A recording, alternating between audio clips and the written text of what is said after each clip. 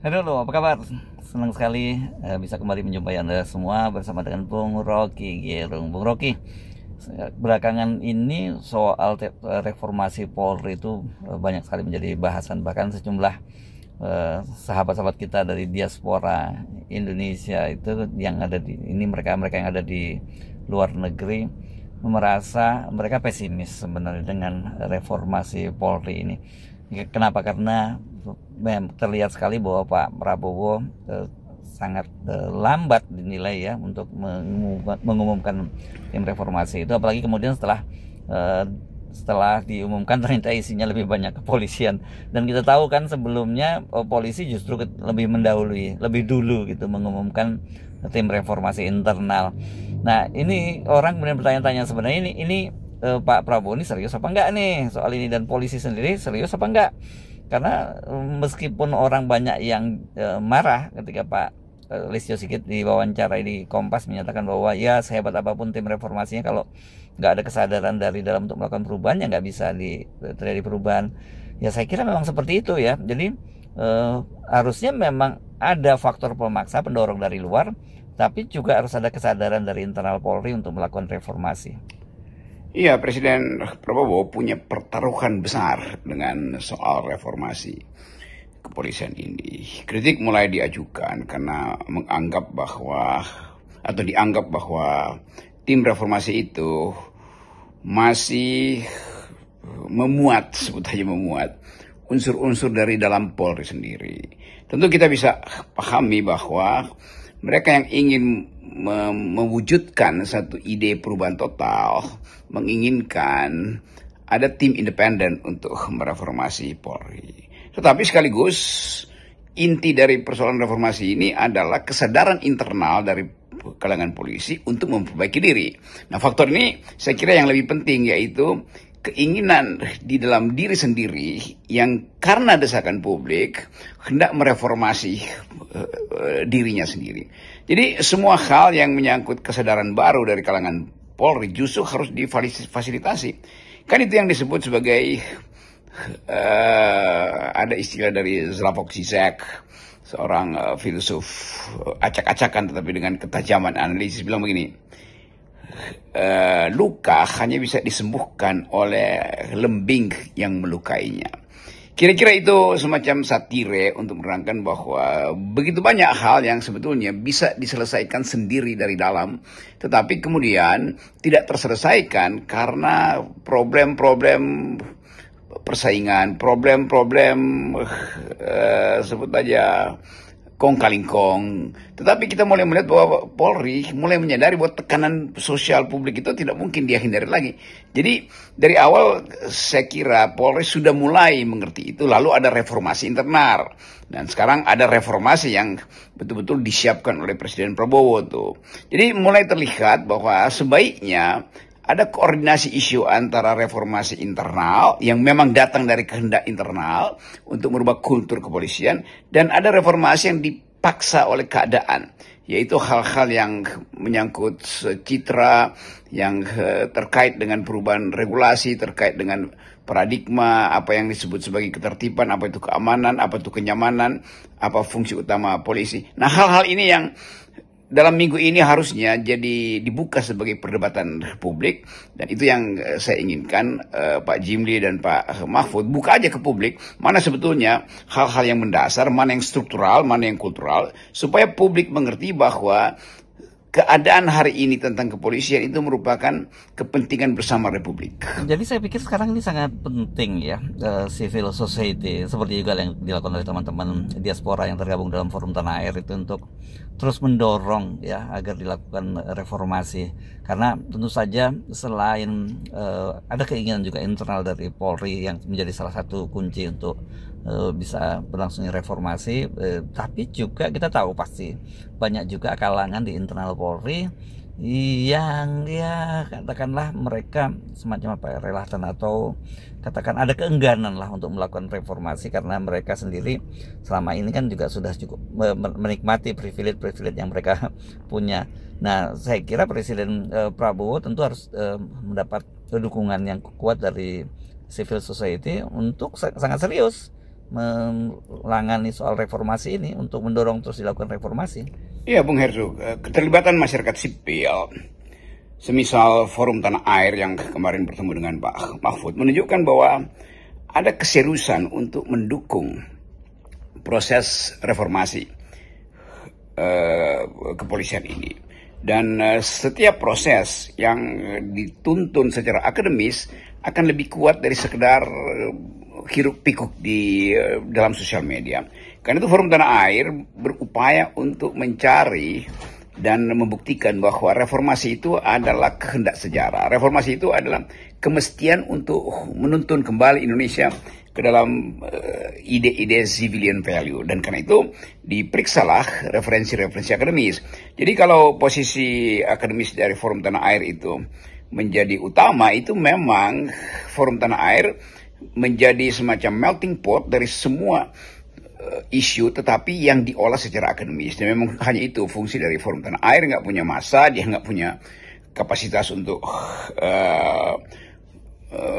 demonstrasi misalnya, tetapi dalam soal reformasi Polri yang lebih penting adalah ide akademis untuk menuntun reformasi itu. Dan bagi saya ide pertama tentu adalah mengubah kurikulum di tingkat epistemik. Epistemik artinya susunan pengetahuan, karena polisi akan berhadapan dengan seluruh problem sosial, mulai dari kriminalitas, soal keamanan, soal kesabaran menghadapi tuntutan mahasiswa, soal kerusakan lingkungan, macam-macam, terutama soal koneksi dengan oligarki. Jadi diperlukan memang satu model berpikir yang bisa merunut apa sebetulnya problem awal.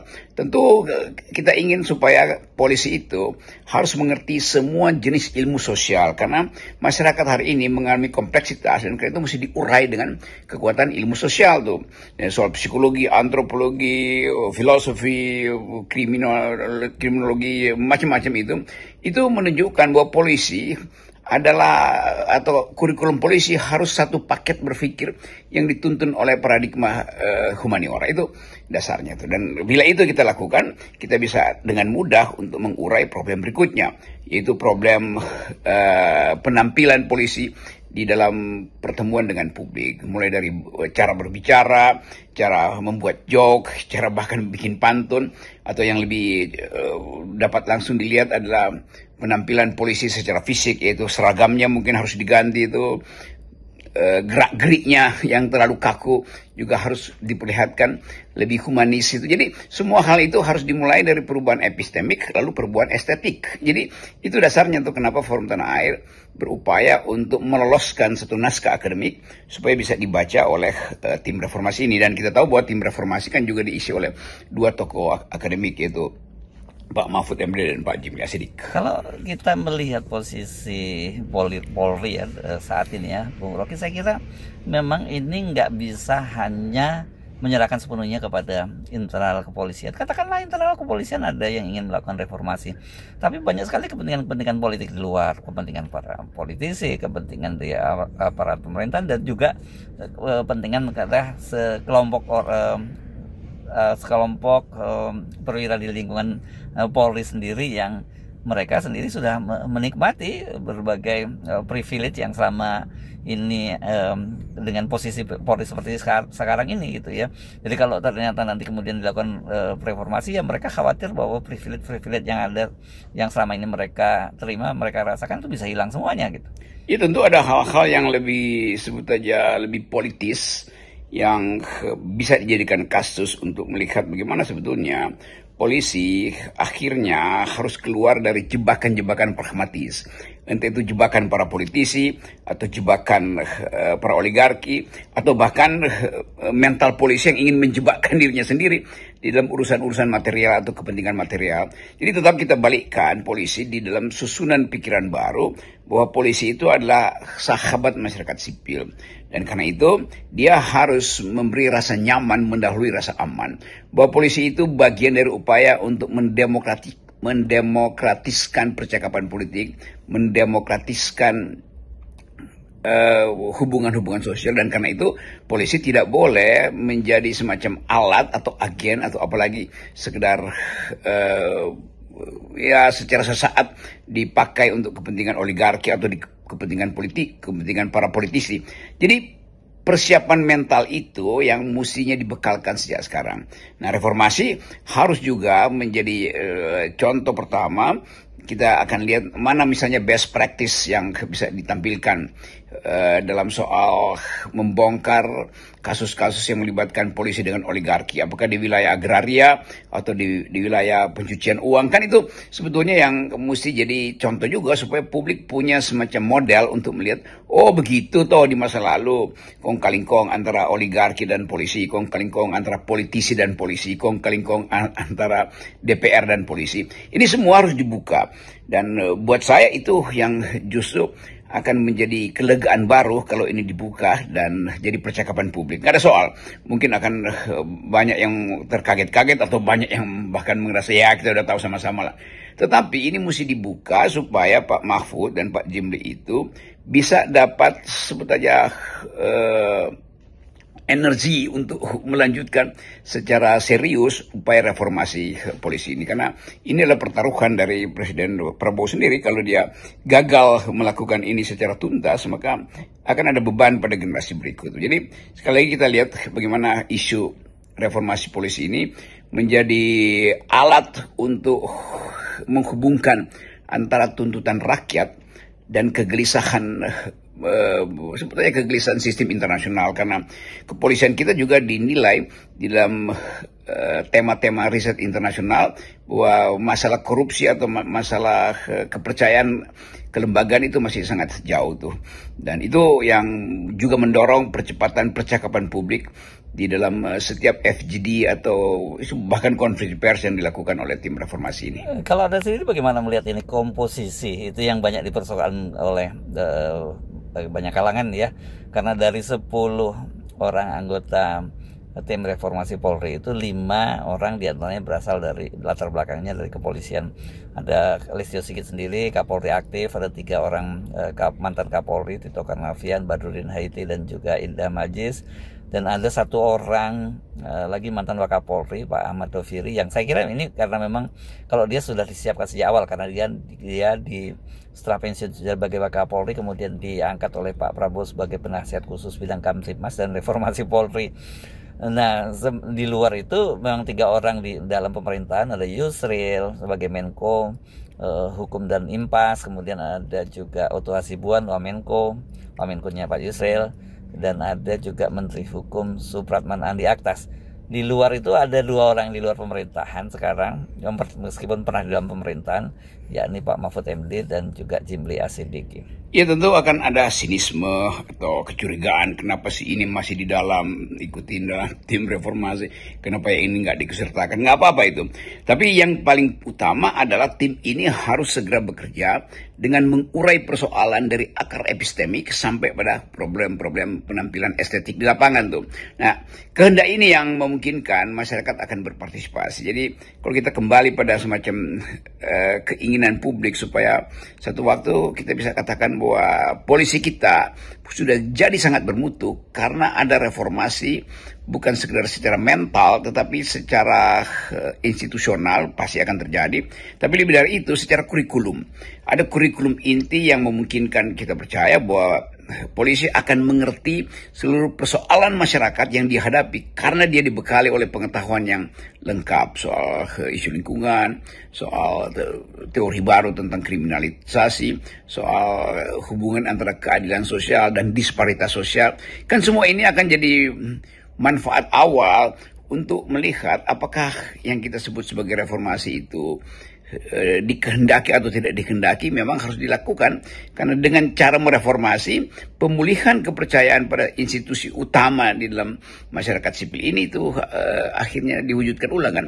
Jadi tetap kita rumuskan aja bahwa pertama, polisi harus menunjukkan, bukan sekedar menunjukkan, mengerti secara maksimal bahwa institusi ini adalah bagian dari masyarakat sipil yang dipersenjatai supaya ada ketegasan. Tetapi dia tidak boleh melampaui sifat-sifat kesipilannya, itu pertama. Yang kedua, polisi dikehendaki oleh sejarah untuk memberi rasa nyaman, bukan rasa aman. Rasa aman itu belakangan, tapi rasa nyaman. Dan rasa nyaman itu yang akan jadi alasan kenapa rakyat menerima bertemu dengan polisi. Yang ketiga, polisi bukan bagian dari sistem akumulasi modal, bukan bagian dari sistem perlindungan hukum dari mereka yang mencuri sumber daya, mereka yang memanipulasi kedudukan politik. Polisi adalah sumber keadilan sosial. Polisi adalah sumber pertama untuk memastikan bahwa keadilan sosial itu dihasilkan melalui kesepakatan sipil, bukan karena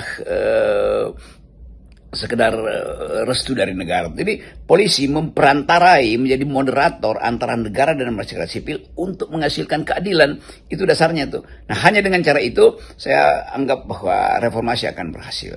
Jadi kembalikan akal sehat kepada teman-teman atau lembaga kepolisian supaya Indonesia akan dihitung kembali dalam percakapan politik internasional atau percakapan ekonomi dunia bahwa Indonesia layak investasi karena ada kepastian hukum, rasa nyaman dijamin, dan tidak ada cawe-cawe antara polisi dan politisi atau polisi dengan oligarki. Saya kira itu yang jadi, ya banyak hal yang masih bisa kita bicarakan, tapi prima facie-nya, artinya hal yang ada di depan mata adalah dua isu itu, isu tentang cawe-cawe polisi dan isu tentang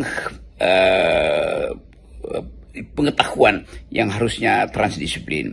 Jadi kalau isu pertama kita atasi, yaitu polisi dibekali dengan seluruh pengetahuan humaniora, dia percaya diri untuk menghadapi problem sosial yang makin meningkat di era hari-hari ini. Yang kedua, bila isu tentang keterlibatan polisi di dalam urusan relasi dengan politisi dan dengan oligarki bisa kita hentikan, maka polisi akan menjadi sangat independen. Dan dengan cara itu kita banggakan setiap anak yang berkeinginan untuk menjadi polisi. Salam akal sehat. Salam akal sehat.